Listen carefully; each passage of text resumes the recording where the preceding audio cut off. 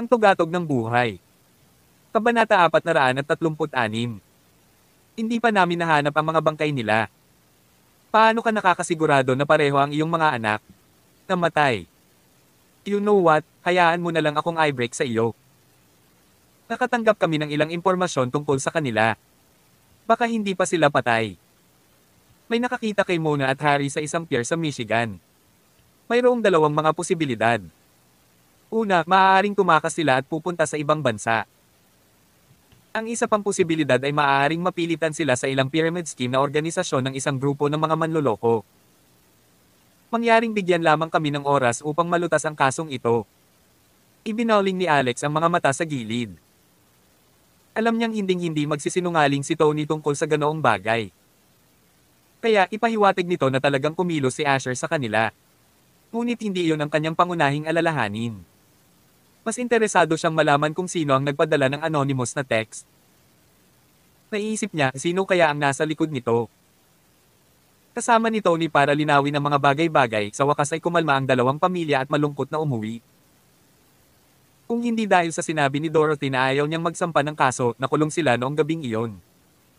Sis, okay ka lang. Bakit ka pa nakakapit sa bayaw mo? Hindi na nakayanan ni Dorothy na manood. Wala na silang lahat, bakit yakap-yakap mo pa rin siya ng mahigpit? Hindi pa niya nakita ang mga ito na ganoon kalapit. Oh. Bumalik si Beatrice sa realidad, namumula. Ako ay natatakot lang. Iniisip ni Alex kung sino ang nag-text sa ama ni Mona sa buong panahon na ito at hindi pansinin mo si Beatrice na nakadikit pa rin sa kanya.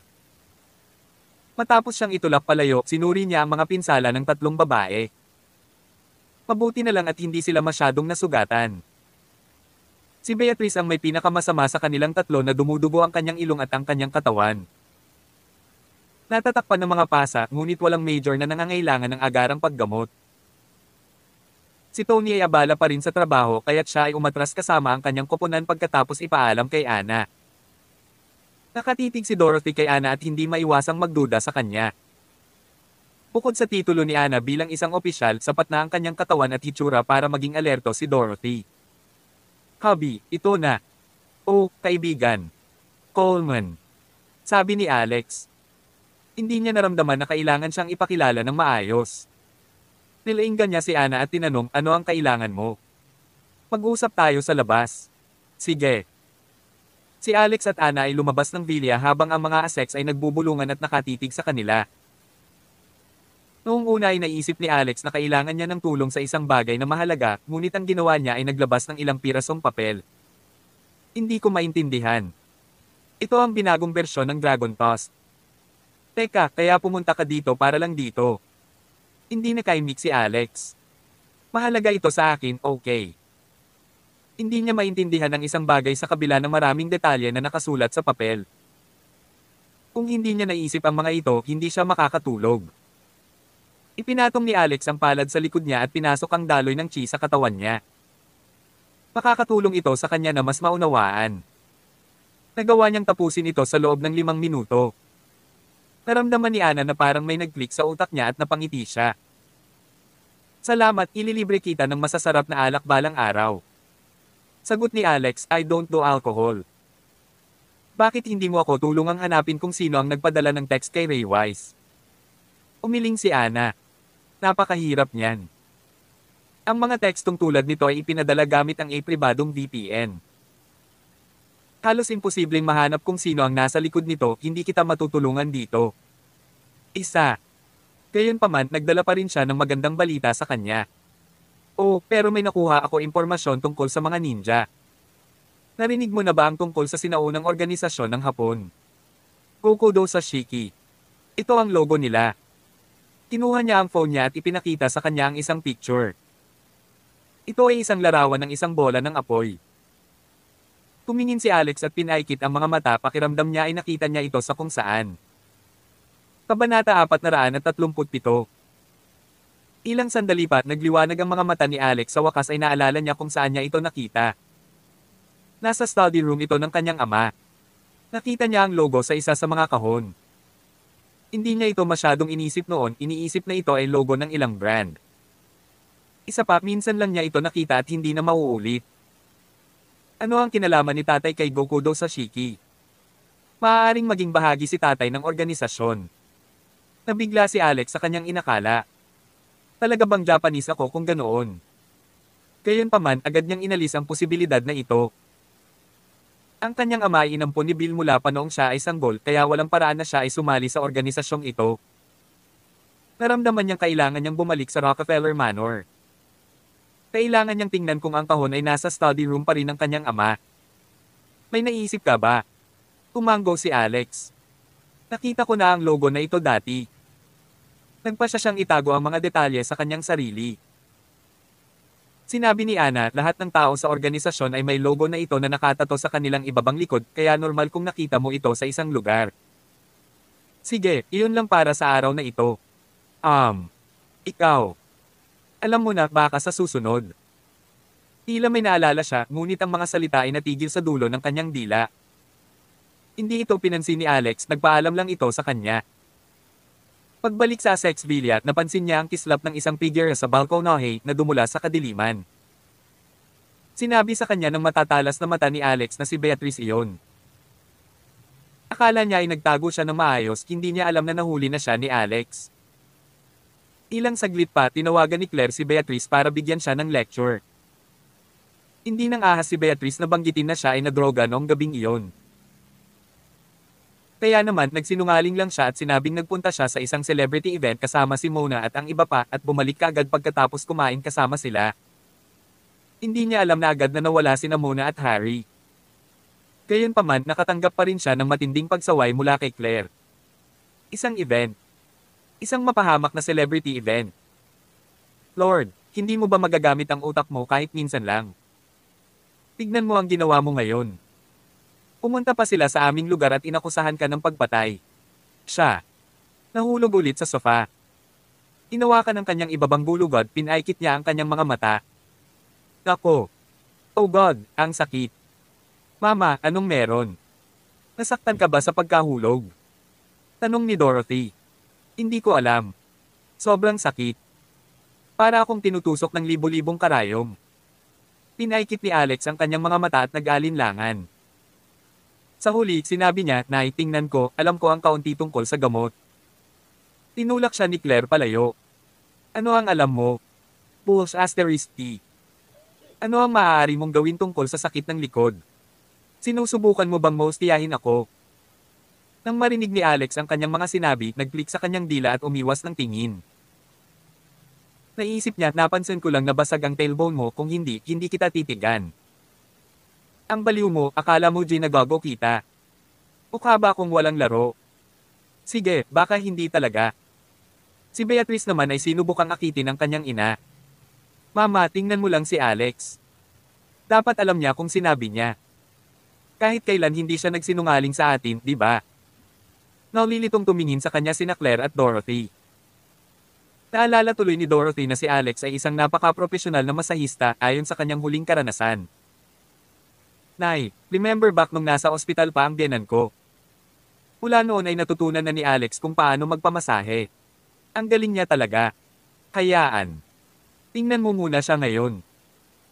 Kung hindi niya mapigilan ang sakit, ipapadala ka namin sa ospital. Si Claire ay nasa matinding sakit kaya tumanggol siya at humiga sa sofa. Seryoso ang ekspresyon ni Alex habang lumalapit sa kanya. Itinaas niya ang kanyang kamiseta, inilantad ang makinis na balat sa ilalim ng tela. Kitang-kita ang sugat, ito ay namamaga at nabugbog. Marahang hinawakan ni Alex ang sugat ngunit naghi-hysterical na si Claire dahil dito. Ano ba ang sinisigaw mo? Hindi ko pa nahawakan. Hindi naman ito major. I'll just need to give you a massage kaya tiisin mo ang sakit ngayon. Sa totoo lang, basag talaga ang tailbone niya. Kung siya ay ipinadala sa ospital, maaaring kailanganin siyang humiga sa kama ng hindi bababa sa 1 buwan. Gayunpaman, gamit ang kanyang chi energy na may nakapagpapagaling na epekto para i-massage ang kanyang likod, siya ay ganap na gagaling sa loob ng 3 araw. Habang si Alex ay patuloy na nagmamasahe kay Claire, si Beatrice ay nakatutok sa kanya. Ang kanyang utak ay napuno ng mga pag-iisip tungkol sa kanya na tila ang kanyang mga pupil ay unti-unting nagiging hugis puso. Nag-aalala siyang baka mapansin ng kapatid ang kakaibang ugali nito kaya't inilabas niya ang kanyang telepono at palihim na ni-record si Alex nang nakatutok ito sa pagmamasahe. Hindi pa alam ni Beatrice noon pero ngayon alam na niya na lalo siyang mahilig ng lalaking ito. Siya ay mukhang lalaki at mag-ara at ang kanyang mga mata ay nagsasalita ng 1,000 salita. Tawag. I-freak. I-click. I-subscribe kwentong nobela. Kabanata 438.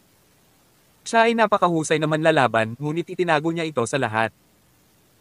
Handa siyang magpaalipin para sa kanyang biyenan sa kabila ng kanyang kakayahan. Ano ang isang tao? Maya-maya lang nag-pop up ang notification mula sa WhatsApp. Nagpakita ang maskara. Si Zendaya ay dumalo sa ilang business event. Ngunit wala siyang babae. Mga bodyguard mask lang ang nandoon. Pumilis ang tibok ng puso ni Beatrice. Hindi siya makapaniwala sa nabasa niya. Nagkaroon ng maskara. Sinundan si Zendaya sa isang event kaya hindi mask si Alex. Nagkamali ba ako? Iniisip kung paano niya ito niyakap ng ganoon katagal at kung paano niya isinuot ang isang pares ng hot pants para lang makuha ang atensyon nito, hindi niya maiwasang makaramdam ng disgusto. Alex, mask ka ba o hindi? Tanong ni Beatrice habang tumatayo. Ano? Siyempre hindi ako mask, kailan ko sinabi yon? Ikaw, ang kulit mo. Sinungaling ka. Galit na galit si Beatrice at wala nang ibang mapaglalabasan ng galit at pagkadismaya kaya sinipa niya si Alex sa likod nito. Eh! Sigaw ni Claire. Nawala ng balanse si Alex at bumagsak sa ibabaw niya.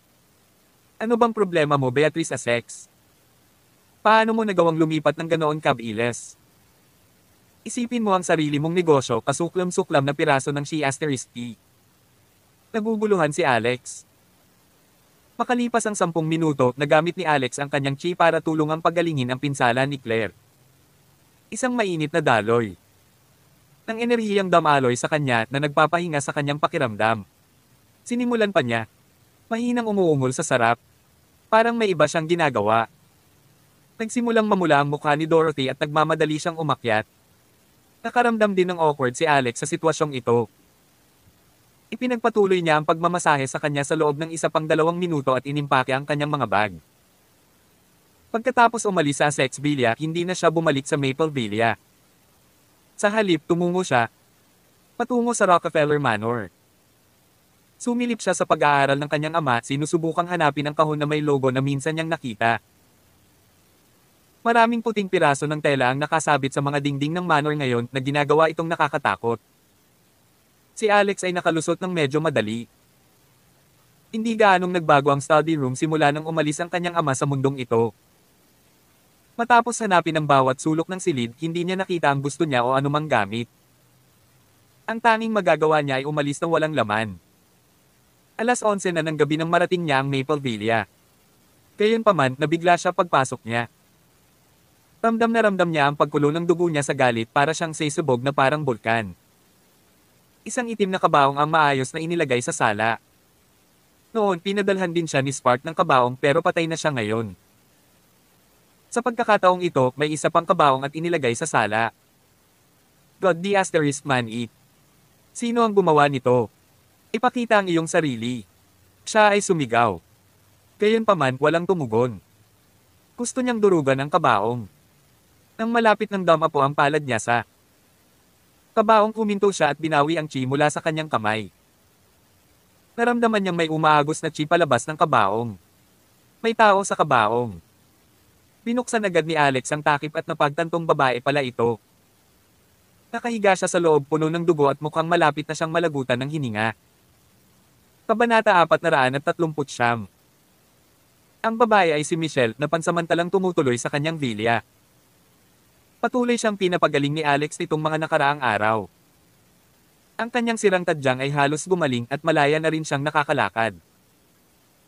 Gayunpaman, ang kanyang core ay nasira dahil hindi pa niya nagagawa ang energy recovery pill para sa kanya. Noong una ay binalak ni Alex na payagan siyang bumalik sa Yowles bukas. Gayunpaman, ito kailangang mangyari bago niya magawa. Michelle. Agad siyang binuhat ni Alex palabas ng kabaong. Sinusuri ang kanyang mga sugat, mas nakaramdam ng galit si Alex. Lahat ng 4 na paa niya ay bali. Ang kanyang napakarilag na panghugas ng mukha na basang-basa sa dugo, inukitan ng isang nakakadiri na salita, cell asterisk P. Napansin din ni Alex ang isang sulat na nakalagay sa kabaong. Ang salitang Lebanon ay nakasulat sa sobre. Nang buksan niya ang sulat, 12 salita lang ang nabasa. Inahamon kita sa isang laban sa ang kamatayan sa Yaul Manor. Obvious na may balak na naman ang Pattingsons. Labanan hanggang kamatayan. Fine, ayon sa gusto mo. Tinuring ni Alex si Michelle bilang sarili niyang kapatid. Hindi niya maiwasang makaramdam ng galit sa nakikita. Ganito ang pakikitungo ng isang cute at bubbly na babae. Ang isang bola ng apoy ay bumubulusok sa kanyang dibdib siya. Alam niyang sisubog siya anumang minuto. Gayunpaman, alam niyang kailangan muna niyang iligtas si Michelle. Gamit ang mga pamamaraan mula sa serye ng mangkukulam, nagawa niyang hilahin pabalik si Michelle sa kamatayan pagkatapos ng kalahating oras. Si Michelle ay unti-unti nang namamalayan. Bilang siya. Pagmulat ng mata, umagulbol na si Michelle. Alex, bakit ang aga mo umuwi? Ako, akala ko mamamatay na ako. Ayokong mamatay ng ganito. Wala pa akong unang boyfriend. Pwede ba kitang maging boyfriend please? Pagkatapos hindi na ako magsisisi kahit na ako namatay na ngayon. Sinaman siya ng tingin ni Alex. Kalokohan, hindi ka mamamatay. Nais ni Michelle na punasan ang kanyang mga luha gamit ang kanyang mga kamay, ngunit nakaramdam siya ng matinding sakit nang siya ay sinubukang ilipat ang mga ito. Hindi pa ganap na gumagaling ang kanyang mga paa. Habang umaagos ang mga luha sa kanyang mukha, sinabi niya, noong isinilid ako sa kabaong na ito, ako. Nangako akong magiging girlfriend mo kung nagawa mong iligtas ako sa oras bago ako malagutan ng hininga hanggang mamatay. Wala akong pakialam kung may asawa ka na. Walang imak si Alex, muntik na siyang mapatawa. Siya ay katawa-tawa lamang sa puntong ito. Sa sumunod na sandali, naging malamig ang kanyang ekspresyon. Punta tayo sa Yaul Manor at kunin ang paghihiganti. Pumunta siya sa kanyang silid at inilabas ang banal na pulang dugong ulo na tinatakan niya kanina. Gusto niya itong isama kung sakali. Ang mga Pattingson ay nagsasanay sa martial arts mula pa noong sinaunang panahon. Kung dumating sila, naghahanap ng paghihiganti, dapat silang magkaroon ng isang bagay sa kanilang manggas. Alam ni Alex na hindi siya iyon. Walang talo. Kaya naman, nagpasya siyang gagamitin niya ang kapangyarihan ng butil na ito kung kinakailangan. Nang mailagay niya ito sa kanyang bulsa, naramdaman niya rin ang bola ng putik sa loob. Pakikipot niya. Bahagyang mata, kinuha niya ito at itinapon sa isang nakapaso na halaman. Ang mga Yaul sa kabilang banda ay nagkakaroon na naman ng krisis. Maraming mga krus ang itinaas sa parehong lugar ng pagsasanay na kanilang nilabanan si Scott. Ang mga miyembro ng pangunahing pamilyang Yaul kabilang si Kit ay itinali sa bawat krus. Si Colin ang may pinakamasama sa lahat. Hindi siya nakatali sa krus ngunit pilit na inipit dito. Mga kuko na hindi bababa sa 10 pulgada ang haba na tumusok sa kanyang mga palad at paa. Dumaloy ang dugo sa kanyang katawan. Ito. Mukhang napakasakit. Sa hindi kalayuan sa kanila, may isang grupo ng mga tao na nagbabarbecue habang sila ay nagtatawanan at sabay turo sa kanila para bang mga baboy na itinali sa mga krus na iyon, handa ng katayin. Isang apoy ang masayang nagninangas sa plaza ng training ground. Ang pinto ng manor, sinunog ang karatula ni Yowls at ilang mahahalagang kasangkapan. Ang grupong ito ng mga tao ay ang mga Pattingson. Ang ilan na hindi mula sa Pattingsons ay dumating din para tulungan sila. Lahat sila ay nag-barbecue ng pagkain, umiinom sa nilalaman ng kanilang mga puso at nagsasalita ng malakas sa isa't isa. Sa tabi nila ay isa pang kabaong na kulay itim na tinta. Tawag. I-Prick. I-Click. I-Subscribe kwentong nobela. Kabanata 440 na po. Ang kabaong ang eksaktong modelo na ipinadala sa bilya ni Alex. Ang mga Yaul ay nagngangalit. Ngunit alam nila na wala silang magagawa, sila ay hindi kumikibo. Hoy, sa tingin mo ba ay darating ang punk na iyon? Hindi siya magpapatalo, tama. Balita ko nasa 20 na ang bastard. Talo lang siya, kailangang umasa sa mga babae upang mabuhay. Paanong matatalo ng ganyang wimpang isang intermediate Mr. Crank Fighter Scott? Maniniwala ba kayo dyan? Well, ayoko. Isang grupo ng mga young adult ang nagchichismisan sa isa't isa. Ang isa sa kanila ay isang babae sa kanyang 20s kasing ganda ni Michelle. Kasing lamig ng yelo ang ekspresyon niya. I don't care kung anong tricks ang ginawa niya sa laban nila. Pero sisiguraduhin kung babayaran niya kung ano ginawa niya sa kapatid ko. Kaming mga Pattinson ay hindi babalik sa North Tokyo hanggat siya buhay. Ang babaeng ito ay kapatid na pinsan ni Scott, si Winnie Pattinson. Siya ang nagukit ng salitang asterisk T sa mukha ni Michelle. Huwag kang mag-alala, Ms. Pattinson. Hanggat dumating siya, ililigtas kita sa trabaho at tutulungan kita ibaba mo siya. Babaliin ko ang lahat ng kanyang paa at itatapon ko siya sa iyong paanan. Pagkatapos magagawa mo kahit anong gusto mo sa kanya. May kumpiyansa na sabi ng isang teenager na may gupit na militar. Ang binatilyo ay si Eugene Mulligan, isa sa mga pinakamahusay na manlalaban sa kanyang henerasyon ng mga Mulligan. Ang mga Mulligan ay isa sa mga pamilya sa North Tokyo na nagsasanay sa martial arts mula noong sinaunang panahon din. Ang iba ay nagsimulang tumugon ng masigasig, nagyaya para sa Pattinsons. Lahat sila ay nagmula sa mga pamilya ng sinaunang martial arts sa North Tokyo, kaya lahat sila ay nagkaroon ng napakalaking egos. Sa kanilang mga mata, ang California ay isang maliit na lugar lamang na hindi maaaring mag-breed. Mga bihasang mandirigma. Tumanggi silang maniwala na may kapangyarihan si Alex na patayin si Scott mula noong sila hindi ito nakasaksi. Bukod dito, ang taong ito ay isang kasumpa-sumpa na talunan sa California. Noon pa lang maririnig na ang mga yabag mula sa pasukan ng Yaol Manor, 2 tao. Naglalakad papunta sa training ground. Sa likod ng training ground ay nakaupo ang isang medyo may edad na lalaki sa likod ng kabaong. Ang kanyang nagpanteng ang tenga at bahagyang iminulat niya ang kanyang mga mata. Sila ay napuno ng pagpatay na layunin. Siya ang ama ni Scott, si Gerald Pattinson. Nandito na tayo. Sa anunsyo na ito, lumingon ang lahat sa pasukan. Ang lalaking nagkaroon. Pumasok si Alex. Iniangat ang kabaong gamit ang isang braso, dahan-dahan at mahinahong naglakad patungo sa plaza habang hawak niya ang kamay ni Michelle sa kanyang isa pa. Saglit na nakatuon ang mga mata ni Gerald kay Alex, ngunit wala siyang maramdaman sa lahat. Hindi niya masabi kung gaano kahusay si Alex. Napansin din niyang naglalakad si Michelle sa tabi niya, marahang kumunot ang kilay ni Gerald, halatang nabigla. Siya ang nakabali ng lahat ng paa ni Michelle nang walang awa. Ngunit narito siya, naglalakad na parang walang nangyari. Ito ay masyadong kakaiba. Gayunpaman, wala sa mga ito ang mahalaga. Ang alam niya ay mayroon ng 2 kabaong na inihanda niya na set up. Dumating na rin ang 2 kaluluwang gusto niyang kunin. Iyon lang ang kailangan niya. Nais niyang maging buhay na sakripisyo ang 2 ito para sa kanyang anak. Kuya, Lolo. Napaiyak si Michelle nang mapansin niyang nakatali sa krus ang kanyang pamilya para silang mga hayop. Gusto niyang sumugod sa kanila, ngunit maraming tao ang hamarang sa kanya. Paraan. Itinuro ni Eugene ang kanyang mukha, ngumisi ng nakakaloko. Social asterisk ka. Selfies and bitches. Ay hindi tinatanggap dito. Magwala ka.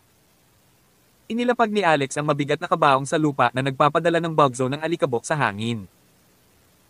Isang malakas na kalabog ang umalingaw-ngaw sa plaza. Habang inis kanya ang mga tao, itinuon niya ang kanyang mga mata kay Gerald. Nandito ako para makipaglaban hanggang kamatayan. Handa ka na ba? Isang kalbong binatilyo ang tumalon. Paano ka makikipag-away kay Mr. Pattinson?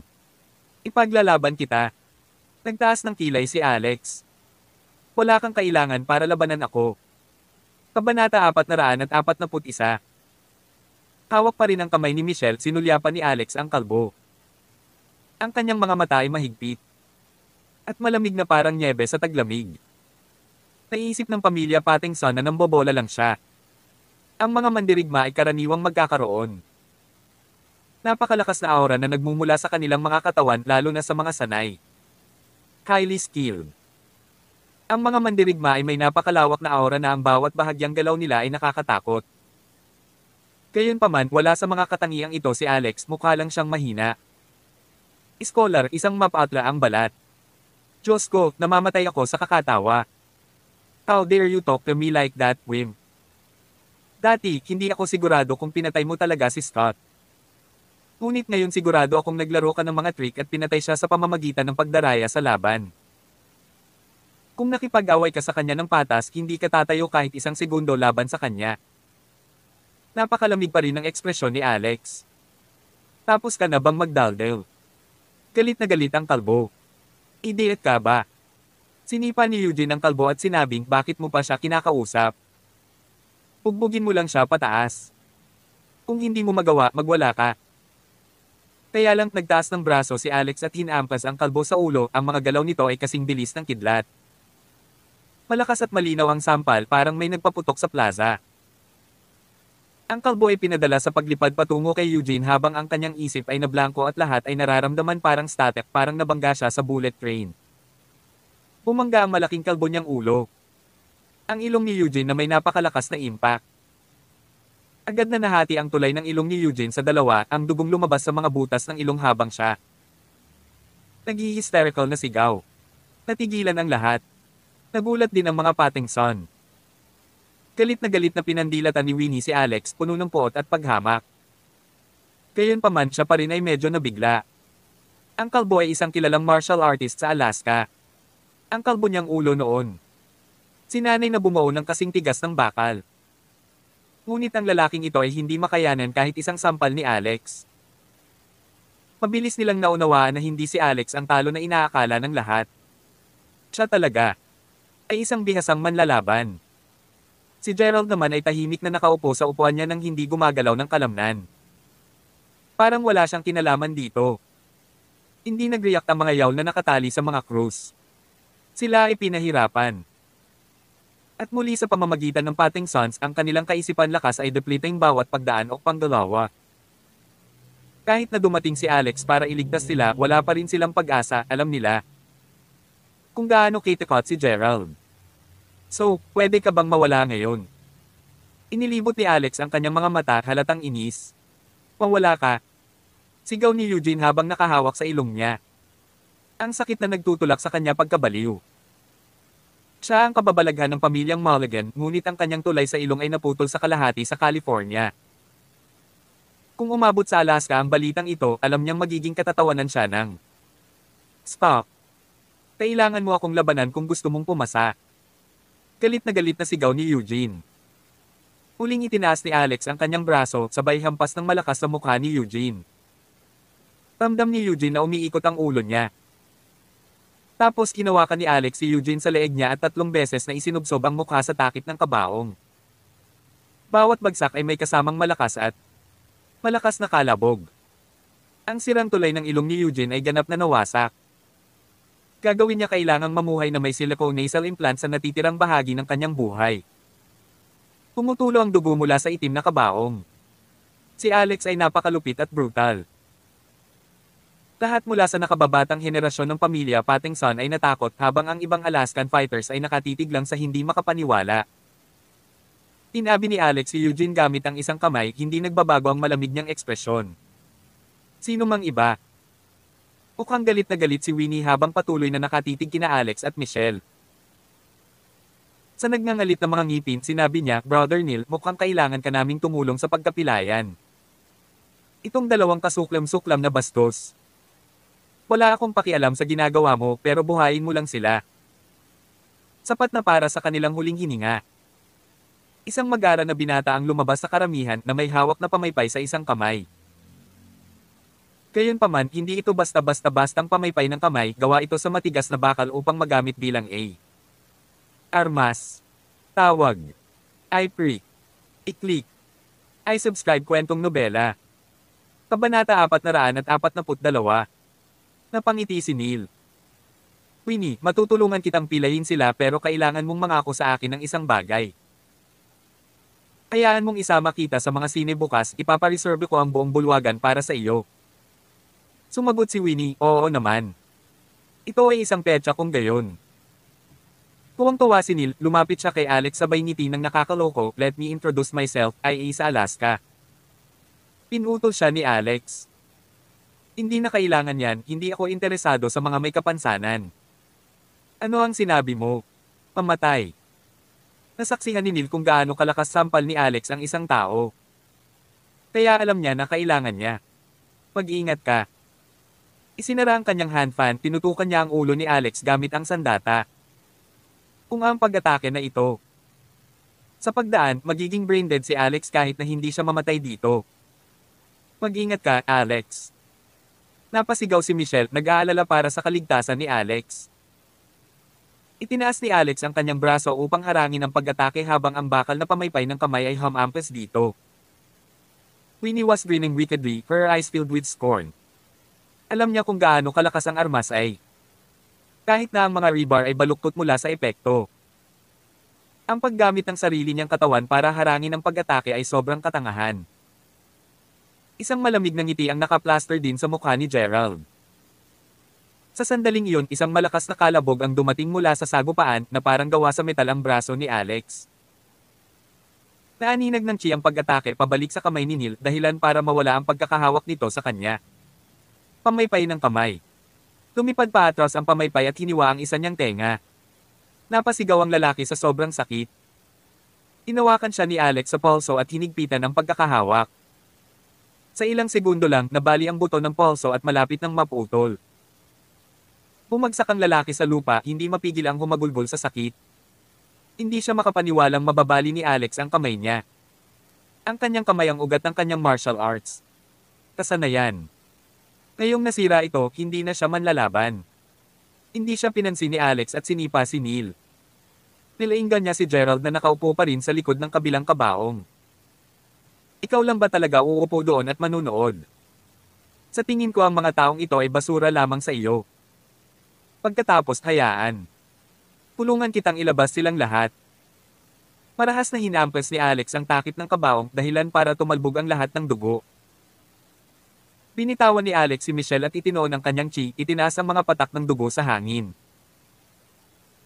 Matapos mangolekta ng 10 o higit pang patak nito, hinailan niya ang mga ito sa mahahabang karayom na puno ng dugo. May kuryente.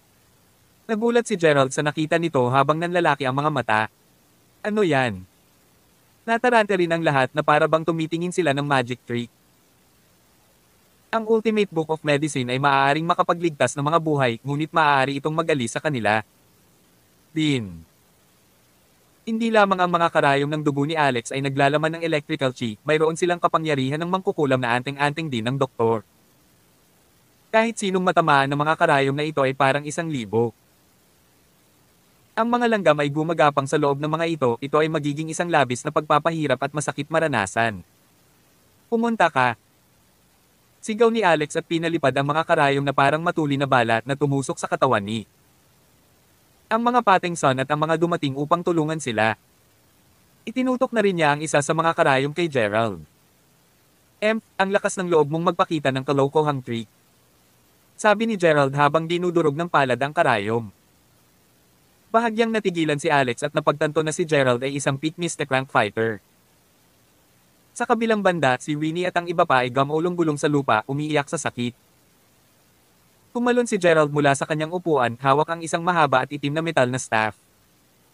Pamatay ka, ikaw na Brad. Ang mga yawl ay umaasa na matagumpay silang mailigtas ni Alex kapag nakita nilang naglabas siya ng higit sa 10 manlalaban sa isang pag-atake lamang. Gayunpaman sa pag-angat ni Gerald, sapat na ang kanyang aura para matakot sila para kay Alex na buhay. Kabanata 443. Tinabi ni Alex si Michelle at pinaandar ang kanyang mystic armor. Sa pamamagitan nito, isang malabong dilaw. Nabuo ang shell ng pagong sa buong katawan niya para harangin ang lahat ng atake ni Gerald. Inilabas niya ang iba para hindi mapahamak si Michelle kapag naging abala siya sa pakikipaglaban. Gerald. Iyon ang dahilan kung bakit isinama niya ang isang selyo sa mga karayom upang maisil din ang kanilang mga kasanayan.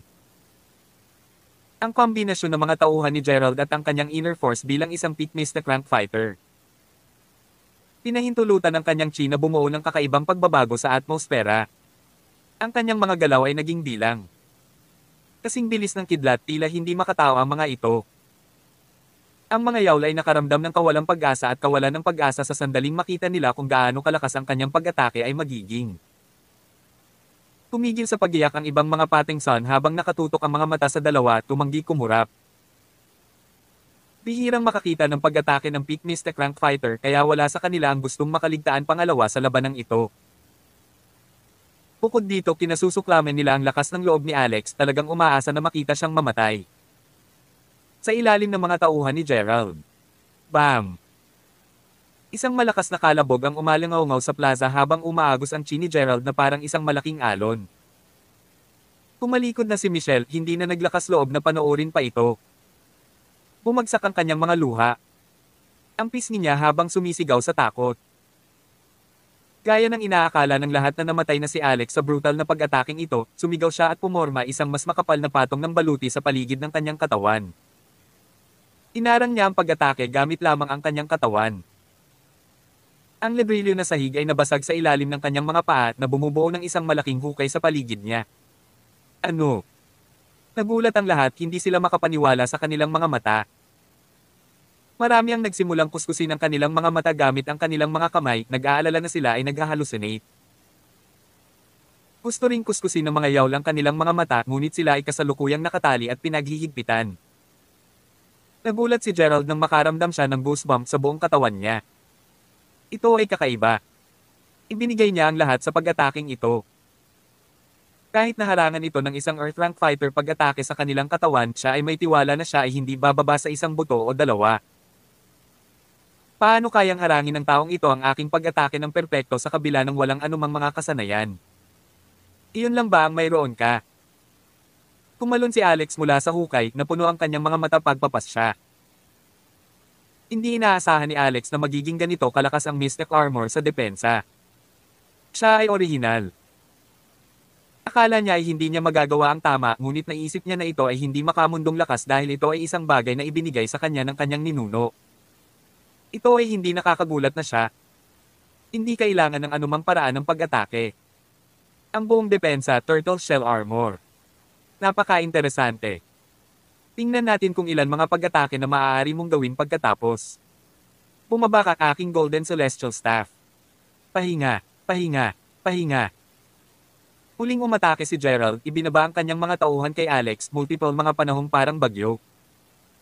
Hindi nakaiwas si Alex sa alinman sa kanyang mga pag-atake. Inarang lang niya ang mga ito gamit ang kanyang mga braso. Sa pananaw ng iba, si Alex ay mukhang hindi na niya kayang lumaban, nakakakuha. Binugbog na parang ragdoll. Napagtanto ni Alex na tumaas ang depensa ng kanyang Mystic Armor bawat atake.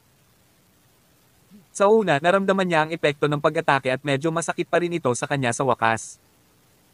Ngunit ang mga epekto ay nagsimulang mawala sa paglipas ng panahon. Sa huli, nagsimula siyang mag-relax habang ang mga pag-atake ay nagsimulang pakiramdam na parang masahe sa kanyang katawan. Nagpalakpakan naman ang mga Pattinson. Pugbugin mo siya. Patayin ang punk na iyon. Pugbugin ang B***star na iyon hanggang mamatay. Ginoo. Pattinson, kaya mo yan. Smash sa kanya sa beats. Bash mo siya. Sampailan mo siya. Talunin. Mr. Pattinson, siguro. Dapat mong ihinto. Habang nag-cheer sila, mas natahimik sila. Naging masyadong nakakabagabag panoorin. Kanina pa, gagamitin pa rin ni Alex ang braso niya para harangin ang pag-atake, ngunit ngayon ay hinahayaan na lamang niya si Gerald na bugbugin siya ng kanyang mga tauhan ng hindi gumagalaw ng pulgada. Kahit na si Gerald ay tinutukan ng kanyang ulo, hindi rin siya umiwas. Parang ang ulo niya ay daang beses na mas mahirap kaysa sa kalbo. Tao pa rin ba siya? Nakanganga ang mga bibig ng mga yawl. Kitang-kita kung sino ang may kapangyarihan sa laban na ito na ginamit ni Gerald ang lahat ng kanyang lakas. Gayunpaman, hindi siya makalusot kahit kaunti sa mga depensa ni Alex. Kahit nakatayo lang si Alex. At pinahintulutan ng mga pag-atake, si Gerald ay hindi man lang nakapag-iwan ng kalmo. Ang mga pagkakaiba sa pagitan ng kanilang mga kasanayan ay masyadong malaki. Natahimik ang mga Pattinson. Marami silang naisip na paraan para insultuhan at ipahiya sina Alex at Michelle, ngunit wala inaasahan nila na ito ang magiging resulta. Ang binatang ito ba ay isang Earth Rank Fighter? Kung siya nga, tiyak na hindi lang siya baguhan. Tawag. I-Freak. I-click. I-subscribe kwentong nobela. Kabanata 444. Siya na siguro ang pinakabatang Earth Rank Fighter sa Amerika. Kung si Scott ay lumaban sa gayong hayop, tiyak na hindi siya namatay ng walang kabuluhan. Sa sandaling ito, nauubos ang enerhiya ni Gerald. Siya ang kasama sa pag-atake. Buong lakas niya sa buong labanang ito, ngunit nakatayo pa rin si Alex. Gerald, ang isang kamay naman ay pinagpapawisan at hinihingal. Naubos na ang kalahati ng kanyang panloob na puwersa. Tapos ka na ba? Nagsalita si Alex. Alam niyang hindi na mapapabuti ang kanyang baluti sa puntong ito kahit na siya ay makakuha ng higit pang mga pag-atake. Ikaw, kakakukulit. Sino ka? Pakiramdam ni Gerald ay masisira na siya. Itinaas niya ang kanyang mga tauhan upang gamitin muli ang Golden Celestial Staff na humahampas kay Alex. Gayunpaman, madaling nahawakan ni Alex ang kanyang mga tauhan. Ako ay isang tao na hindi mo dapat hinamon. Pagkatapos ay inagaw niya ang metal na tungkod pilit at inihampas ito sa hita ni Gerald. Sa isang malakas na kaluskos na deform ang kaliwang binti ni Gerald habang nakaluhod sa lupa na sumisigaw. Ang buto ng hita niya ay nabasag sa dalawa at ang isang dulo ay nakausli sa kanyang balat, nag-iiwan ng isang pool ng dugo sa paligid niya. Nagpapadala ng kabaong sa bahay ko at ikinukulong si Michelle dito. Dapat isipin mong maganda ka mahusay, hindi ba? Isa pang malakas na kaluskos ang umalangaw-ngaw sa plaza. This time, right leg na ni Gerald. Nabalian mo pa ang lahat ng paa ni Michelle. Sino ang nagbigay sa iyo ng mga bola para gawin ito? Kayo ba lahat? Pattingsons itong bossy. Ngayon, nabali ang kaliwang braso ni Gerald. At naglakas loob kang hamanin ako sa isang labanan hanggang sa kamatayan, ngunit hinayaan akong harangin ng isang bangkos ng basurang paraan. Dapat talaga iniisip mo na bagay ka Ngayon, lahat ng BS ni Gerald ay bali. Ang tanging nagawa niya ay humiga sa lupa habang siya nagsuka ng dugo. Sa lakas ng chi ni Alex, nasira rin ang lahat ng organs niya. Ang mga pag-atake ni Alex kay Gerald ay parang isang sampal sa mukha ng lahat. Hindi nila kinaya na panoorin habang ang kanilang mga puso ay nahulog sa lupa. Ang Yowls naman, tuwang-tuwa at nasa sabik. Malamig at uhaw sa dugo ang tingin ni Alex na para bang siya ang Grim Reaper na gumagapang palabas mula sa impyerno.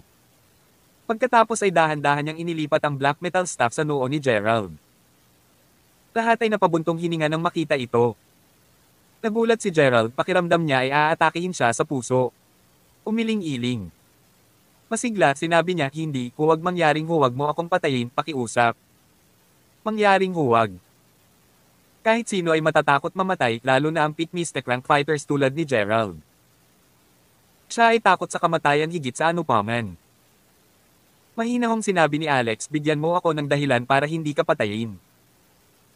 Pinagpapawisan si Gerald ng malamig na bala, puno ng takot ang kanyang mga mata. Ako, kaya kitang bigyan ng pera. Gagawin ko bigyan ka ng kahit anong halaga ng pera na gusto mo. Sorry, pero hindi ko kailangan ng pera. Umiling si Alex at inihampas ang metal na tungkod patungo sa ulo ni Gerald. Si Gerald Pattinson ay wala ng iba kundi isang walang buhay na bangkay. Ang mga mata ng mga Pattinson ay malawak sa gulat habang nanginginig sila sa takot. Hindi nila inaasahan na magiging seryoso si Alex tungkol dito, pinatay si Gerald gaya ng sinabi niyang gagawin niya. Napatay ni Alex ang isang pit mystic rank fighter na parang hayop lang si Gerald.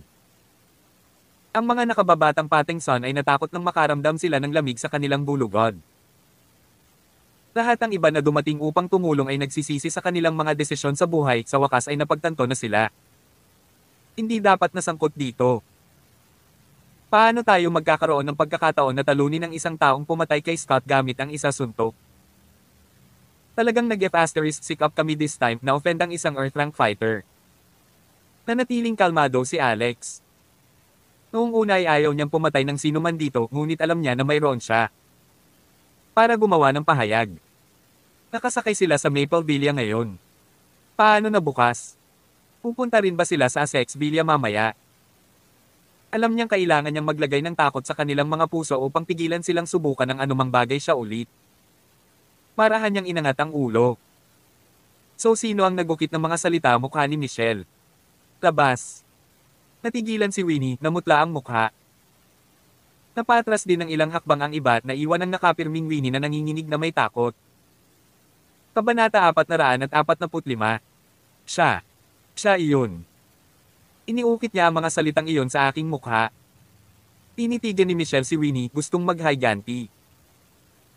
Bilang pinakamagandang babae sa California State University, paano pa siya makakalabas sa publiko na may nakaukit na salitang asterisk T sa kanyang mukha? Di hindi siya makapunta sa klase. Alam niyang nasira ang buhay niya. Kani-kanina lang gusto niya maging kasintahan ni Alex, anuman ang relasyon nito kasama si Dorothy ay lumabas.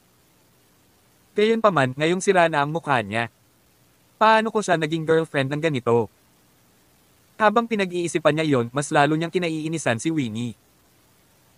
She hated her so much that gusto niyang balatan siya ng buhay at itapon sa isang palayok ng kumukulong mantika. Gusto niyang magukit ang salitang asterisk T sa buong katawan din ni Winnie. Inikat ni Alex ang kanyang mga mata at pinagmasdan ang medyo maliit na mukha ni Winnie.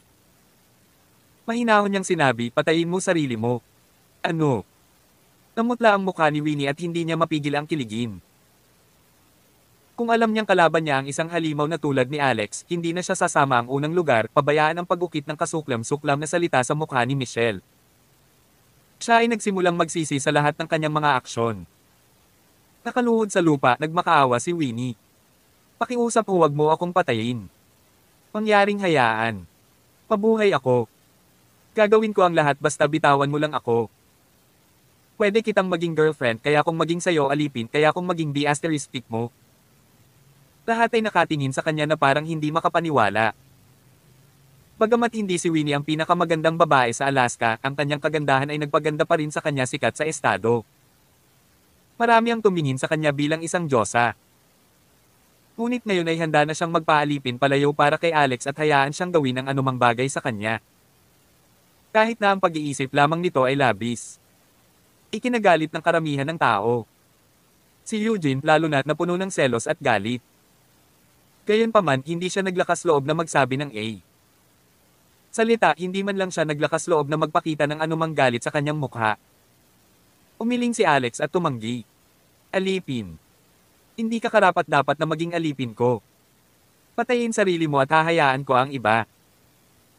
May liligtas mo ang lahat kung magsasakripisyo ka lang sa iyong sarili, hindi ba iyon mahusay? Bakit gusto ko ang isang masama at masamang babae sa tabi ko? Gusto ko bang paikliin ang buhay ko? Nasa lalim na ng kawalan ng pag-asa si Winnie, nanlamig ang kanyang dugo. Malaki. Paano ito magiging mahusay kung ako ay mamatay? Ano ang kinalaman ng buhay nila sa akin? Bibigyan kita ng 10 segundo. Kung hindi mo papatayin ang iyong sarili noon, papatayin ko kayong lahat. Sabi ni Alex. Palamig. 1, 2, 3. Sumigaw ang ilan sa mga Pattinson. Magpakamatay ka na lang, Winnie. Huwag mag-alala, gagawin namin ang mabuti, ingat sa magulang mo. Please magpakamatay ka na lang. Huwag ka nang mag-alinlangan pa. May sumigaw din. Oo. Magmadali. Winnie, siguradong magpaplano kami ng engrande libing para sa iyo pagkatapos nito. Tutulungan din naming suportahan ang iyong pamilya. Simula ngayon tayo na. Tutulungan ng mga Mulligan ang mga Pattinson habang buhay. Nabaluktot ang ekspresyon ni Winnie habang sinisigawan ang iba. Wala akong pakialam sa iyo buhay. Nang kailangan kong mamatay, lahat kayo ay namamatay kasama ko. Patayin ang sarili. Mangarap pa. Hindi ko gagawin ay gawin mo yan. Nagbibilang pa si Alex. 7, 8. Mapapatay mo rin siya. Ano? Matapos marinig yun, 2 Pattinson at isa pang manlalaban ang nagsama-sama at nakarating ang 3. Suntok sa babae. Para silang nagkaroon ng telepathy habang halos inaatake nila siya parehong oras. Si Winnie Pattinson, isang kagandahan ng kanyang henerasyon, ay pinatay sa ibang bansa. Mr. Grandmaster Rockefeller, pwede bang umalis na tayo? Tanong ng isa sa mga Pattinsons ng maingat. Wala siyang ideya kung paano haharapin si Alex, ngunit alam niya na ang pagtawag sa kanya ng Grandmaster ay ligtas. Sino pa ang makakapatay ng isang peak mystic rank fighter ng ganoon kadali? Siya. Naisip na si Alex ay kailangang maging isang divine rank fighter o telekinetic grandmaster. Tawag. I-Freak. I-Click. I-Subscribe kwentong nobela. Kabanata 446. Ngunit posible ba ito? Hindi sinabi ni Alex Rockefeller na posible ito, ngunit hindi rin niya sinabing hindi rin. Siya biglang inabot at itinaas ang isang kabaong sa ere. Napasigaw ang lahat sa gulat. Ginagamit niya ang kanyang panloob na puwersa sa labas upang ilipat ang mga bagay sa hangin. Hindi ba ito ang marka ng isang telekinetic grandmaster? Si Alex Rockefeller ay talagang isang divine rank telekinetic grandmaster. Ito ay talagang ikinagulat ng lahat. Si Scott Pattinson ay karapat-dapat na mamatay dahil sa pagkakasala sa isang grandmaster. Pumukas sara ang dalawang kabaong bilang mga bangkay ni na Gerald at Winnie Pattinson ay inilagay sa bawat isa. Alisin mo itong mga kabaong. Pulalas ni Alex bago nakalap ng mahigit 10 dugong karayom at tinutusok sila sa katawan ng bawat tao. Labis na takot ang naramdaman ng lahat. Ayaw talaga nilang maramdaman ang sensasyong nilalamon ng 10 ang kanilang puso libong langgam. Buti na lang at wala silang naramdaman sa pagkakataong ito. O, naramdaman nila. Isang bagay tulad ng kanilang panloob na puwersa ay nakuhang muli. Plotting needle ang tawag ko dito. Kilala rin ito bilang light sealer. Natikman mo na kung ano ito tulad ng kanina. Sa sandaling bumalik ka, maging mabuti. Halika at hanapin ako pagkatapos ng 6 na buwan at ako ganap na aalisin ang sumpa ng light sealer mula sa iyo. Kung hindi, mararamdaman mo na ikaw ang puso ay nilalamon ng 10,000 langgam at namamatay sa sakit, sabi ni Alex. Tandaan mo, bukod sa kani-kanyang pamilya, walang ibang dapat makaalam sa iyo. Otherwise, I will personally destroy all of you, babala ni Alex. Siyempre, nagmalabis lang si Alex. Gayunpaman nang marinig ito ng mga sinaunang martial arts ng Alaska na ito, sila ay takot na takot. Parang naapektuhan ng mga tao ng Death Curse from the Witch of Heavenly Peak sa nobela, Demigods and Semi-Devils, ang mga taong iyon ay nakatali sa mamatay. Great Master. O hindi. Ibig kong sabihin, Grandmaster Rockefeller, paano ka namin mahahanap? Tanong ng isang lalaking nauutal. You can look for her, turo ni Alex kay Michelle Yaul. Asterisk si Richit asterisk. Pagkaraan ng 10 minuto, ang mga miyembro ng pamilya Yaul ay nailigtas mula sa mga krus. Diretsong napaluhod si Keith Yaul sa harap ni Alex. Hindi ko akalain na isa kang Grandmaster. Ako ay isang tanga para hindi ito napagtanto. Hindi ako karapat-dapat. Pagiging buhay. Pulalas ni Keith. Sa pangunguna ni Keith, lumuhod din sa lupa ang natitirang bahagi ng pamilya Yaul. Sila ay mga martial artist at ang kanilang paghanga at pagsamba sa isang Grandmaster ay mas malalim kaysa sa mga ordinaryong tao dahil alam nila kung gaano kakilakilabot ang isang Grandmaster. Maaaring maging. Marahang umiling si Alex. Hindi ako Grandmaster. Siya ay tiyak na hindi isang Grandmaster. Sa mga tuntunin ng aktwal na lakas ng labanan, siya ang pinakamaraming. Katumbas ni Gerald Pattinson mula kanina. Gayunpaman, ang chi ni Alex ay nasa mas mataas na antas kaysa sa panloob na puwersa ng isang normal na martial artist. Ito ay puro at dalisay at kaya niya gamitin ito sa kalooban. Samantala, ang kanyang mystic armor ay isang maladyos na kasangkapan na walang kapantay.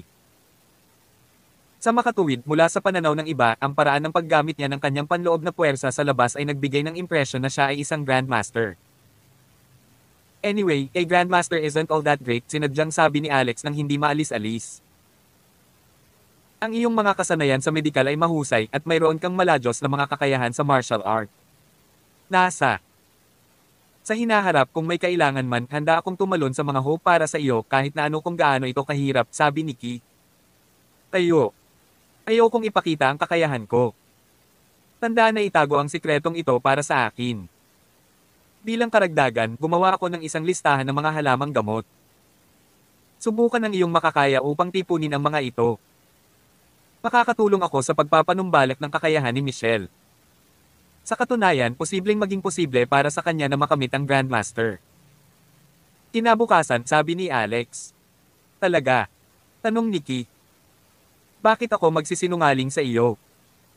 Nagmamadaling sinampal ni Keith ang sarili at niyuko ang ulo. Naniniwala si Alex na sa mga kondisyon na inaalok niya at sa naunang impresyon ng pagiging ang malalaman na ngayon ni Grandmaster Keith na nakaupo sa bakod kung ano ang mangyayari ang pinakamatalinong desisyon. Makalipas ang 10 minuto, niyakap ni Michelle si Alex at dinaykit ang mukha sa dibdib nito nang wala pag-aatubili. Alex, pumangit na ako. Hindi na ako karapat-dapat na maging girlfriend mo.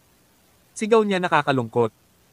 Nang marinig ito ni Alex ay nakahinga siya ng maluwag. Ito ay mabuti. Gayunpaman patuloy ni Michelle pero nasa perpektong kondisyon pa rin ang katawan ko. Bakit hindi ko matiis? Bata para sa'yo. Kabanata 447. Hindi pwede. Pulalas ni Alex Rockefeller bago hinampas ang noo ni Michelle Yaul. Hindi ako nagpapatakbo ng circus. Ayokong bantayan ang mga maliliit na unggoy na tumatakbo, siya idinagdag. Pagkatapos noon kinurot niya ang mukha ni Michelle at pinag-aralan ng mabuti ang salitang asterisk T sa mukha nito. Si Winnie Paddington ay medyo malupit, inukit ang salitang halos 30 pulgada ang lalim. Natarante si Michelle at naging malungkot na naman ang ekspresyon ng mukha niya. Kaya paano kung mayroon siyang isang perpektong katawan? With the word asterisk T on her face, sinong lalaki ang gustong magbigay sa kanya ng anak? Tapos nakita ni Michelle si Alex na tumatango. Medyo malalim ang sugat.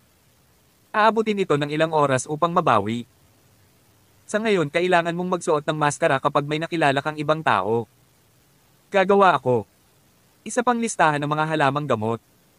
Dapat kang tumuon sa pagtitipon ng mga halamang ito. Kapag tapos ka na, gagawin ko at gumawa ng isang uri ng medicinal clay na makakatulong sa iyong sugat na gumaling ng lubusan upang ang iyong mukha ay magiging katulad ng dati, sabi ni Alex. Talaga? Tanong ni Michelle. Nagulat si Michelle. Parang roller coaster ride ang mga pagbabago sa mood niya. Isang sandali, naramdaman niya na siya ay nasa impyerno, ngunit sa sumunod, nadama niya na siya ay nasa langit.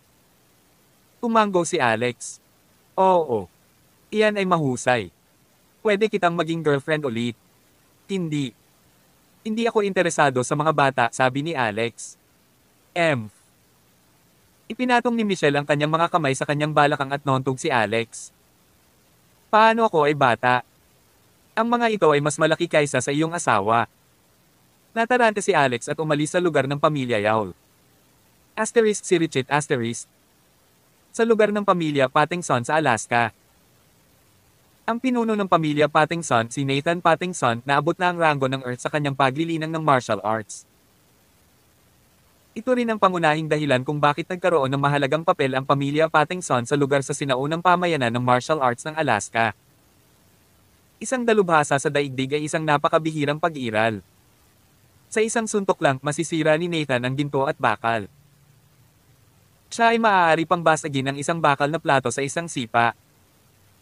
Sa karaniwang tao, siya ay tulad ng isang higit sa tao.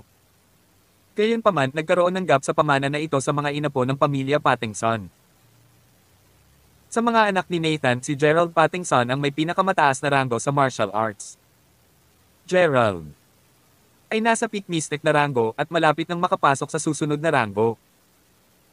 Ngunit ang taong pinaka-optimistiko ni Nathan ay si Scott Paddington. Nagkaroon siya ng malaking pag-asa para kay Scott dahil siya ay isang bihirang martial art genius. Si Scott ay nagkaroon ng magandang kinabukasan na una sa kanya at malamang na malampasan niya ang ranggo ng Earth upang maging isang telekinetic grandmaster. Hindi inaasahan ni Nathan na ang ganitong henyo ay biglang mamatay. Isa lang ang pwede. Isipin kung gaano kaput ang naramdaman ni Nathan sa kanyang puso. Alas 12 ng hating gabi, nagsimulang tumunog ang malaking anti-gong orasan sa bahay, ngunit si Nathan ang tumunog. Hindi pa tulog. Hindi siya makatulog. Inihintay ni Nathan na tawagan siya ng kanyang anak na si Gerald at sabihin sa kanya na ang pumatay kay Scott ay pinatay.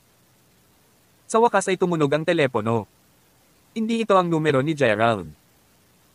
Sa halip, pagmamayari ito ng isa sa mga apo na hindi si Nathan kadalasang binibigyang pansin. Lolo, may nangyaring kakilakilabot. Sigaw ng apo sa gulat na tono. Ano ang malaking bagay? Parang nagpapanik ka. Isa kang matandang lalaki. Paano ka magpapanik kapag nagkamali? Paano ka magiging matagumpay sa buhay? Mahinahong sabi ni Nathan. Lolo, patay na si Tio Gerald pati si Winnie. Nasa malaking problema tayo, sabi ng apo. Ano? Agad namang nanginig si Nathan na kanina pa kalmado. Yung phone niya. Halos madulas sa kanyang mga kamay. Patay na si Gerald. Paano kaya iyon? Sino ang maaaring pumatay sa kanya sa California? Tanong ni Nathan. Ito ay ang taong pumatay kay Scott, Grandmaster Rockefeller. Grandmaster. Sigurado ka ba? Paliwanag ng apo. Oo, sigurado ako. Sa pamamagitan ng isang kaway ng kanyang kamay, nakakafling siya. Ang bangkay ni Tio Gerald na tumitimbang ng hanggang 150 pounds sa kabaong. Kaya niya gamitin ang kanyang panloob na puwersa sa labas at sa kalooban.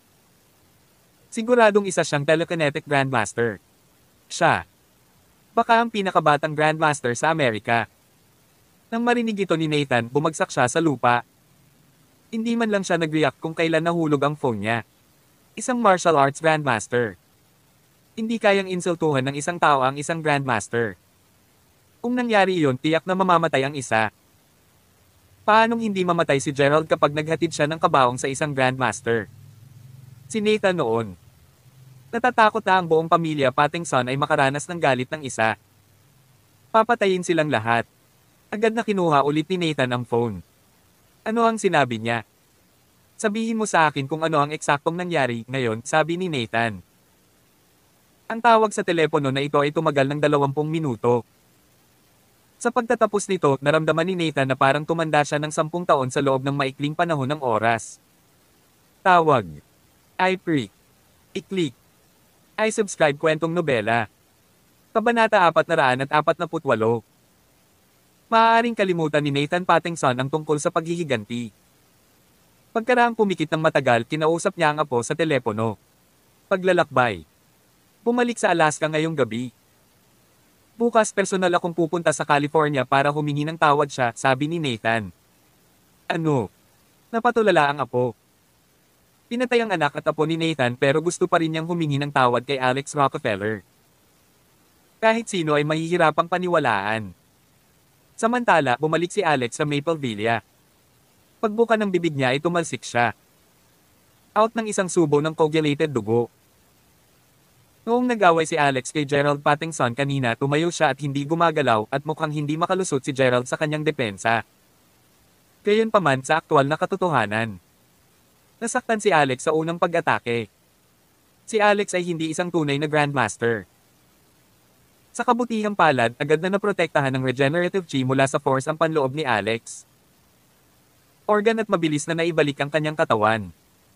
Kung hindi, baka hindi niya ito makuha.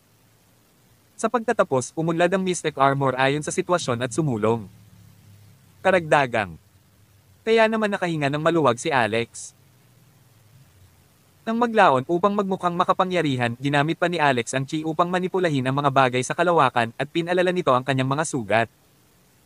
Nasa limitasyon niya nang humawak siya sa bibig ng dugo hanggang dumating siya sa bahay. Alex, anong nangyari sa'yo? Tumakbo palabas ng villa si Waltz Floor at hinawakan siya ng bulat na mukha. Hindi pa niya nakita si Alex na nagbuga ng dugo sa bibig nito. Waltz. Ulalas ni Alex. Nakita niya si Waltz na nakasuot ng pijama. Ang kanyang balat ay maputi at napakaakit. Alex agad na lumuwag at marahang bumagsak sa kanyang mga bisig. Gusto kong matulog, sabi niya. Pakiramdam niya ay napasandal siya sa malambot na unan at agad siyang nakatulog.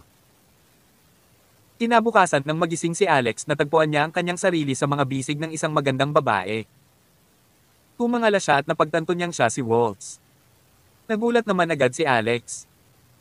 Higit sa lahat, ang kanyang mga kamay ay nakapatong sa isang lugar na hindi dapat. Ipinaliwanag nito kung bakit. Pakiramdam niya ay nasa isang kakaibang panaginip. Sa panaginip, may hawak siyang isang slab ng matabang baboy. Karne habang hinahabol siya ng grupo ng mga lalaki. Naghahabulan pala sila ng karne ng baboy. Sa katunayan, ang karne ng baboy ay napakamahal ngayon. Dahan-dahang inalis ni Alex ang kanyang mga kamay. Sa kanya napansin ang isang makinis na binti ni Waltz na kapatong sa tiyan niya. Ipinaliwanag nito kung bakit may mabigat siyang naramdaman sa kanya. Maingat. Itinaas niya ang kanyang binti at nais na marahan itong itabi. Sa huli, gumawa ng muffled sound si Waltz. Huwag mo akong istorbohin. Gusto kong matulog saglit mas matagal, sabi niya. Inabot pa ng 5 minuto bago iminulat ni Waltz ang kanyang mga mata.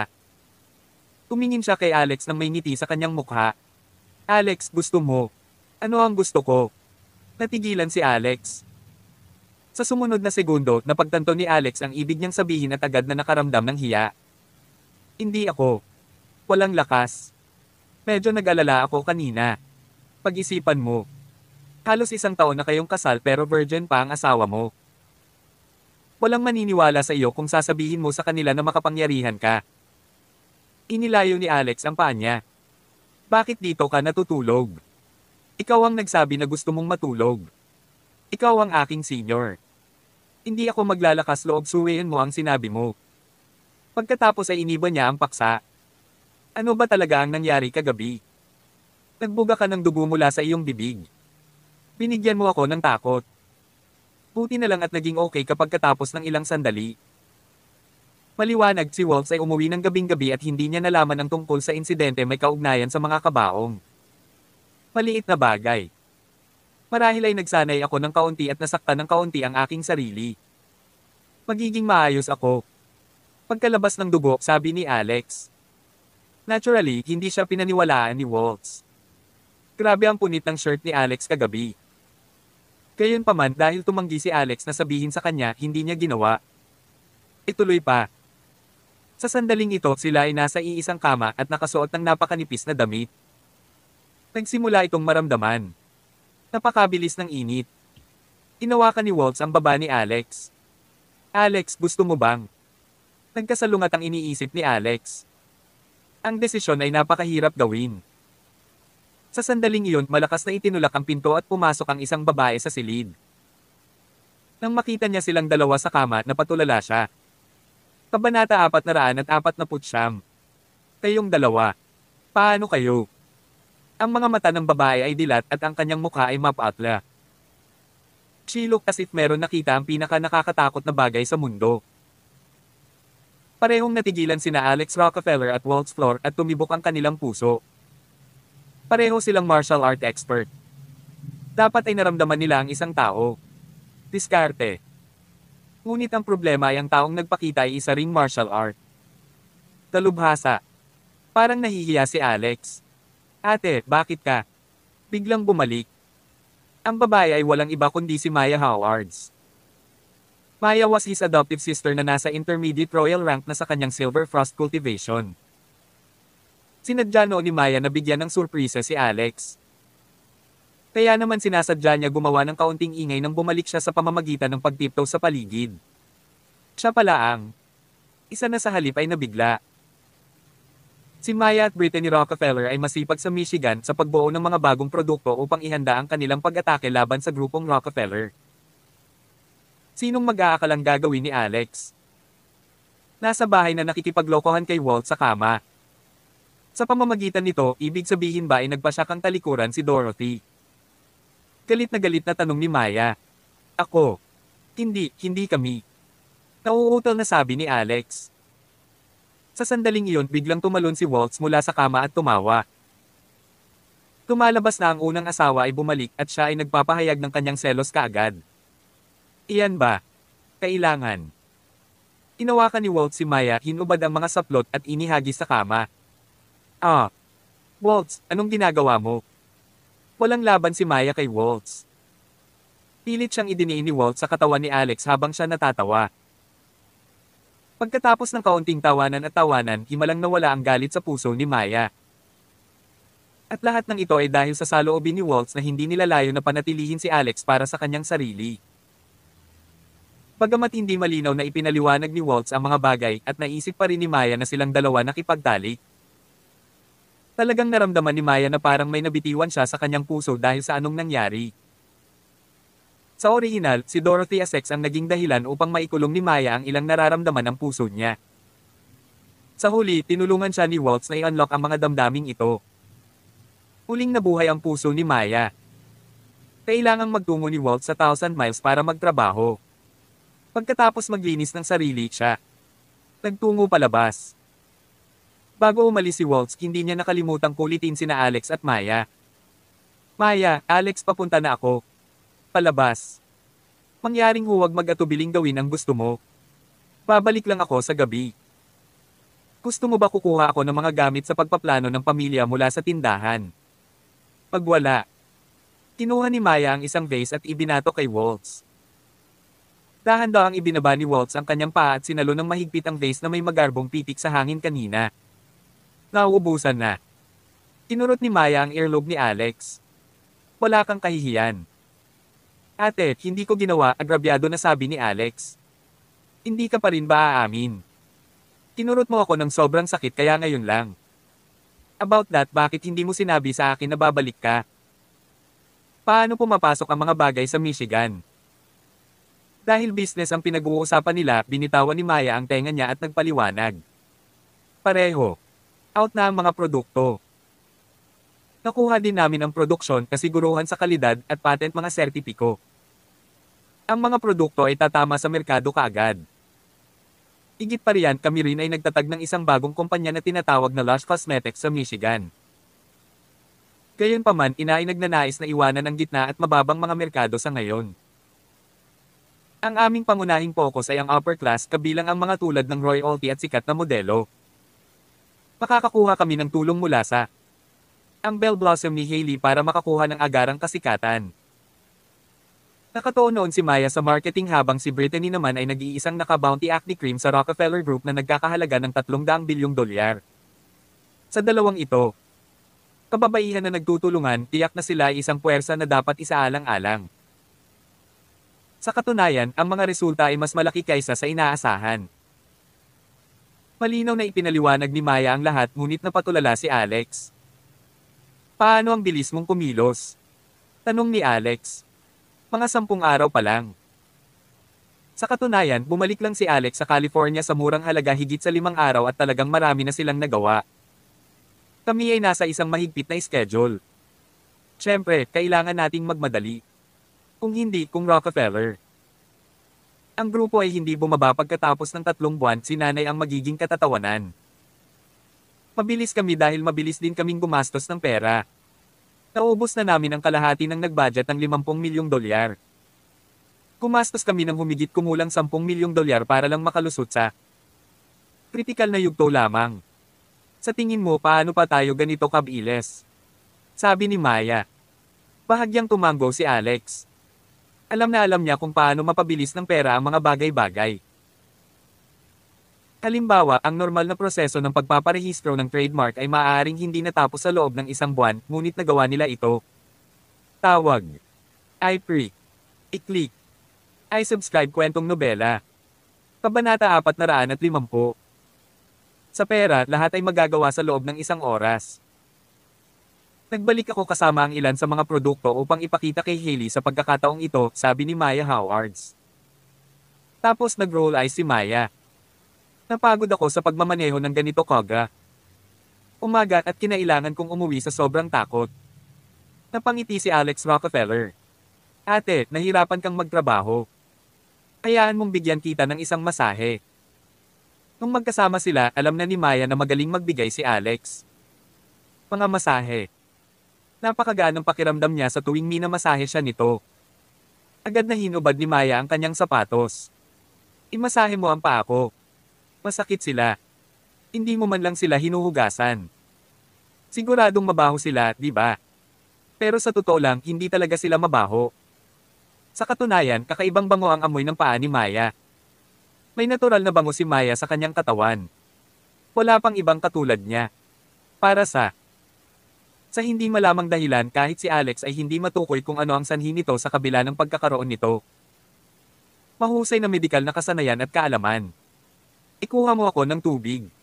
Ayokong gumalaw. Ako ang iyong nakatatandang kapatid na babae. Ikaw ba? Ayaw mong gumawa ng kahit kaunting pabor para sa kapatid mo? Tanong ni Maya. Sa tingin ko tamad ka lang. Gagawin mo ba o hindi? I will. Utang ko ito sa iyo. Pagkatapos noon, hinugasan ni Alex ang kanyang mga paa at minasahe. Bagamat hindi natutuwa si Alex. Hindi niya ito dinala. Paminsan-minsan, tinitingnan siya ni Maya at ang kanyang mga mata ay gumagala. Maaari lamang hulaan ng isa kung ano iniisip niya. Pagkatapos ng casual na hapunan sa bahay, si Alex ay malapit ng makipag-ugnayan kay Hailey Lawson upang sabihin sa kanya tungkol sa mga bagong produkto nang unang tumawag sa kanya si Hailey. Little brother, libre mo ba? Ngayon para samahan ako na may makilala. Sino ang nakikita mo? Pagtataka ni Alex. Isa ito sa mga supplier ko ng skincare products. Siya ang Vice President ng ARLS Cosmetics, ang pinakamalaking brand ng skincare sa Hong Kong. Hindi maganda ang pakiramdam niya at ako. Gusto mo siyang tingnan, sabi ni Hailey. Agad namang pumayag si Alex. Dahil nagmamadali si Hailey, si Alex Rockefeller ay nagmaneho papunta sa kinaroroonan ng Vice-Presidente. Malayo. Nagkataon ang Vice-Presidente na siya ring Regional General Manager ay kasalukuyang nakatira sa Villa Township kung saan nakatira ang biyenan ni Hailey, ang Golden Manor. Nakasuot ng eleganteng damit si Hailey at agad na hinayla si Alex patungo sa isang villa nang makita niya siya habang may ipinapaliwanag ito sa kanya. Ang pangunahing produkto na ibinebenta namin sa Belle Blossom ay mula sa ARLS Cosmetics. Gayunpaman, malapit nang mag-expire ang kontrata namin sa ARLS Cosmetics. Nalaman ko kanina na nilayo ng ARLS Cosmetics na huminto sa pagtatrabaho sa amin. Kung mangyayari iyon, Belle, si Blossom ay magdurusa sa malaking pagkalugi dahil marami sa aming mga kliyente ay nakasanayan na ARLS Cosmetics bilang isang tatak. Tumanggo si Alex. Ipinaliwanag nito kung bakit nabalisa si Hailey. Hailey, alam mo ba kung ano? Sakit na dinaranas niya? Tanong ni Alex. Hindi ko rin alam. Narinig ko na medyo mahirap. Kung hindi siya magkakaroon na pumunta sa Amerika. Sige, naiintindihan ko. I'll try my best to make this work bukod sa mga produkto ng nanay ko ay kinalikot ay tapos na. Ang ilan sa mga produktong iyon ay naihatid dito. Tingnan mo kapag libre ka. So soon. Oo naman. Si Hailey ay abala sa kontrata sa ARLS Cosmetics at wala sa mood na mag-isip tungkol sa mga bagong produkto kaya naman siya ay tumugon ng husto ng casual. Ngunit hindi ito pinansin ni Alex. Hindi nagtagal nakarating sila sa harap ng isang villa na pag-aari ng Vice-Presidente ng ARLS mga kosmetiko, Serena Y. Inarang sila sa pintuan ng dalawang bodyguard. Matapos silang hikayatin ni Hailey kahit na nag-aalok sa kanila ng $10,000 bawat isa. Sa wakas ay pumasok na ang mga bodyguard para sabihin kay Serena na nandito sila. Napabuntong hininga si Alex. Ang mga sakam na tao ay nasa lahat ng dako. Kahit na ang mga bodyguard ay kailangang suhulan. Sa wakas, pinayagan silang dalawa na makapasok sa villa. Nang makadaan na sila yung mga pinto, nakita nila yon bukod kay Vice President Serena at dalawang bodyguard doon. Ay isa pang lalaking nakasuot ng Armani na kausap si Serena. Nang makita ni Hailey ang lalaking iyon ay nagbago agad ang ekspresyon ng mukha nito. Jackie Luden. Bakit ka nandito? Ang lalaking ito pala ay may-ari ng isa pang beauty salon sa California at siya ay kanyang katunggali. Napangiti si Jackie. Kung hindi ang kanyang Royal Highness ng Belle Blossom, Mrs. Carter. Bakit hindi ako maging dito?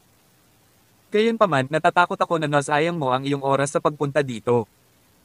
Gagawin ng ARLS Cosmetics. Hindi na nirenew ang kontrata nito kay Belle Blossom. Kabanata 451. Pinigilan ni Hailey Lawson ang sarili sa pagkataranta. Wala kang masasabi sa bagay na ito.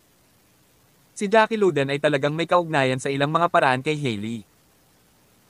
Pareho silang mula sa parehong nayo na kabilang sa isang tribo ng mga tao na kilala bilang ang Laceroth Clan. Karamihan sa mga taong nakatira sa nayon ay mula sa angkan na ito. Bumalik pagkatapos partikular na humingi ng payo si Jackie kay Hailey tungkol sa pagpapatakbo ng beauty salon. Dahil pareho silang taga-barangay, bukas palad na ibinahagi ni Hailey ang kanyang kaalaman kasama siya. Sa katunayan, pinahiram pa niya ito ng malaking halaga sa simula para sa kanya. Panimulang kapital. Ngunit sa kanyang pagtataka, si Jackie ay talagang lihim na nagnanais ng kanyang kagandahan at nais na matulog sa kanya gamit ang mga dirty tricks. Sa kabutihang palad, napagtanto ito ni Hailey bago ito nangyari at ang dalawa sa kanila ay hindi pala kaibigan mula noon. Sa orihinal, ang Jackie's City Salon ay hindi tugma para sa Belle Blossom. Pero, nakakagulat si Jackie na gawang makilala ang isang babae mula sa pamilya Summers. Simula noon City. Ang katanyagan ng salon ay tumaas at ito ay naging isa sa 3 nangungunang beauty salon sa California, naging direktang katunggali ito sa Belle Blossom. Umisi si Jackie. Talaga, wala sa akin. Ngunit ito ang desisyon ni MSY. Ako lang siyang subo.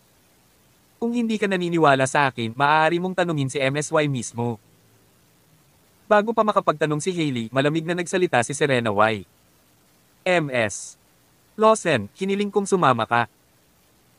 Para personal na sabihin sa iyo na ang Arls Cosmetics ay hindi magre-renew ng kontrata nito sa Belle Blossom. Ginagawa ko ito para hindi patuloy na hinaharas ng mga empleyado mo kami sa kumpanya. Naging balisa si Hailey. MS. Why, bakit mo ginagawa ito? Hindi ba tayo nagtatrabaho? Mabuti magkasama. Kung sa tingin mo mayroong anumang bagay sa kontrata na kailangang amyendahan, kami handang makipagtulungan. Handa rin kaming mag-alok ng mas mataas na bahagi ng kita sa iyo. Anong gagawin? Sa tingin mo kung ibababa natin ang ating bahagi ng kita na kinita ng 3%? Umisi si Serena at tumingin kay Jackie. Hindi na iyon kakailanganin. Gagawin ng Arls Cosmetics. Pumipirma ng kontrata sa Jackie's City Salon. Nagmukhang bitter agad si Hailey. Alam niyang naimpluwensyahan ni Jackie ang desisyong ito. Hailey. Sa totoo lang, maaari akong mag-alok sa iyo ng mga produkto ng Arls Cosmetics sa orihinal na presyo, ngunit under one condition, biglang sabi ni Jackie. Anong kondisyon yan? Dapat kasama mo ako ng 1 linggo. Umalaklak si Jackie. Walang hiya kang tao. Nang marinig ito ni Alex, nagalit din siya at malamig na tinitigan si Jackie. Nilainggan ni Hailey si Serena. MS. Why, narinig mo yun? Nakikita mo ba kung anong uri ng tao siya? Siya ay isang kasuklam-suklam, walang hiyang tao.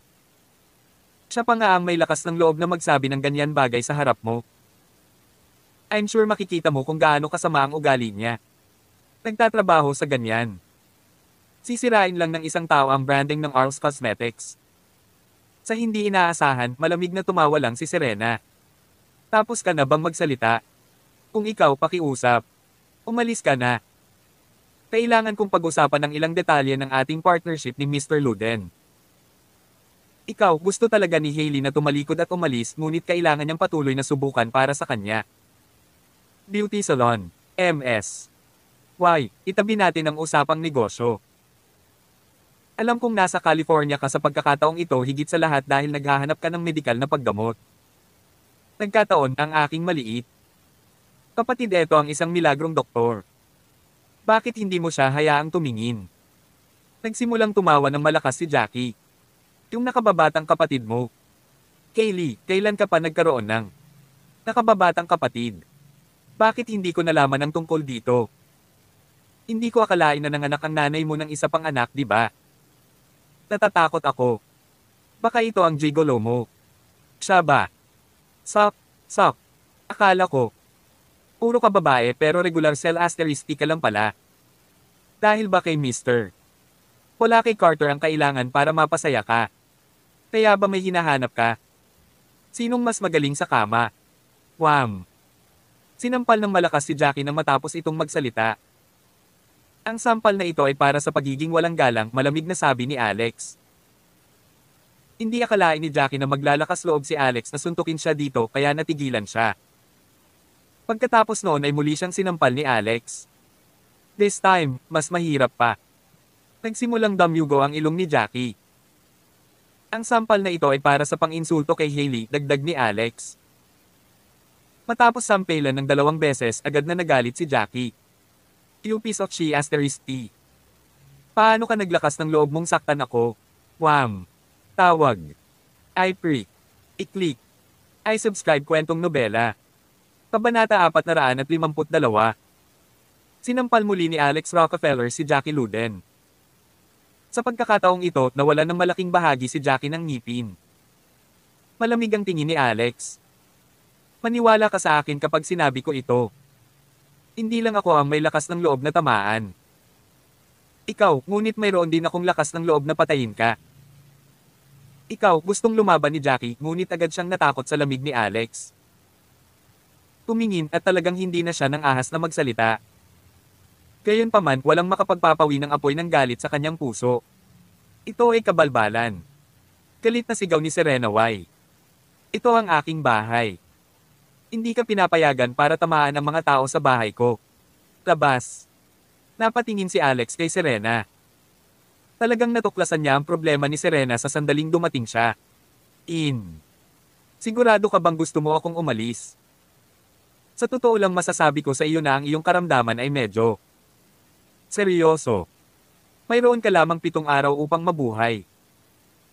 Kung hindi kita iligtas, mamamatay ka, sabi ni Alex na may kasamang ngiting hindi umabot sa kanyang mga mata. Galit na galit si Serena. Iyan ay kalokohan. Galit niyang pinandilatan si Hailey Lawson. Hailey, anong ibig sabihin nito? Ginawa mo ba dalhin ng taong ito dito para sampain ako ng kusa? Sa tingin mo ba ako ay isang tanga? Paano siya?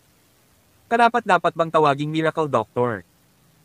Kung siya ay tunay na isang himala na doktor, ako ay bababa sa aking mga tuhod at sambahin siya. MS.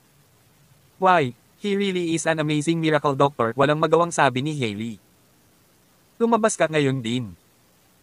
Otherwise, I'll get my bodyguards to kick you both out, Serena ay sumigaw. Wala nang ibang paraan si Hailey para harapin ito. Humingi siya ng tawad kay Alex. Kuya, tere na. 3 beses mo lang akong sinampal. Sa tingin mo makakaalis ka ng ganun-ganun lang? Oo naman, hahayaan ko umalis ka, ngunit dapat mong putulin ang isang daliri mo sa bawat pagsampal mo sa akin. Biglang malungkot na sabi ni Jackie. Inihagis niya ang isang fruit knife na nahulog sa paanan ni Alex. Napatingin si Serena ng masama. Mula nang sinaktan ni Alex si Jackie, hindi ito nauugnay sa kanya kaya hindi niya ginawa. Kailangang kunin ng kanyang mga bodyguard na kumilos. Ngunit isinumpa siya ni Alex sa pagsasabing 7 araw na lang siya para mabuhay na ikinagalit niya. Hindi niya inisip na bayaran ito ng malaki kay Alex. Nagsimulang tumawa si Alex. Iyan ay maraming mahirap na usapan. May umaalalay ka ba? Sige, hihintayin kong dumating ang iyong backup. Gayunpaman, hindi ba masyadong maliit ang 3 daliri? Gawin natin itong mas kumpletong numero. Pagkasabi ni Alex, 7 beses na sunod-sunod na sinampal ni Alex si Jackie nang wala man lang nag-aalangan. Iyan ay 7 sampal pa na naging 10 sa kabuuan. Sapat na ba iyon? Tanong ni Alex. Namamaga ang buong mukha ni Jackie. Hindi na niya mabilang kung ilang ngipin ang natanggal. Naging malamig ang tingin ni Serena, malamig na tumatawa sa kanyang puso. Alam ni Serena na si Jackie iyon. Suportado ng pamilyang Summers sa California. Dahil sa kanyang relasyon sa kanila. Si Serena ay handa na huminto sa pakikipagtulungan sa Belle Blossom at makipagtulungan sa City Salon. Sa halip, ang daming binugbog ni Alex kay Jackie ngayon, mas malala pa si Alex mamaya. Nanlaki ang mga mata ni Jackie sa galit ngunit ayaw niyang ilagay ang sarili sa masamang posisyon. Ngayon na. Nag-text siya para may tumulong sa kanya. Little brother, Jackie is back by the Summers family. Siguradong may tinatanong siya mula sa darating na pamilya. Maaari. Makukuha mo ba si Ted Summers mula noon? Pulong ni Hailey kay Alex. Noong una, gusto ni Alex na lutasin ang problemang ito ng mag-isa. Pero dahil binanggit ito ni Hailey, nagpadala siya ng mensahe kay Ted. Hindi siya sigurado kung magagawa ito ni Ted. 20 minuto. Maya-maya, dumating na ang mga tinawagan ni Jackie. Hindi bababa sa 20 sila, pinangungunahan ng isang babae habang papasok sila sa bilya. Mahal, sa wakas nandito ka na. Itong lalaking ito. This piece of she asterisk, he slapped me 10 times. Hindi ko kaya stop my anger unless I break all 10 of his fingers, agad na sabi ni Jackie. Galit na galit ang babae at tinitigan niya si Alex. Pulag kang tanga. How dare you attack isang tao mula sa pamilya Summers? Kunin mo siya. Putulin ang kanyang mga kamay at paa. Agad na sinugod ng grupo ng mga tao si Alex. Tumigil ka. Sino ang naglakas loob na salakayin ng aking kaibigan? May sumigaw. Pumasok si Ted na may galit.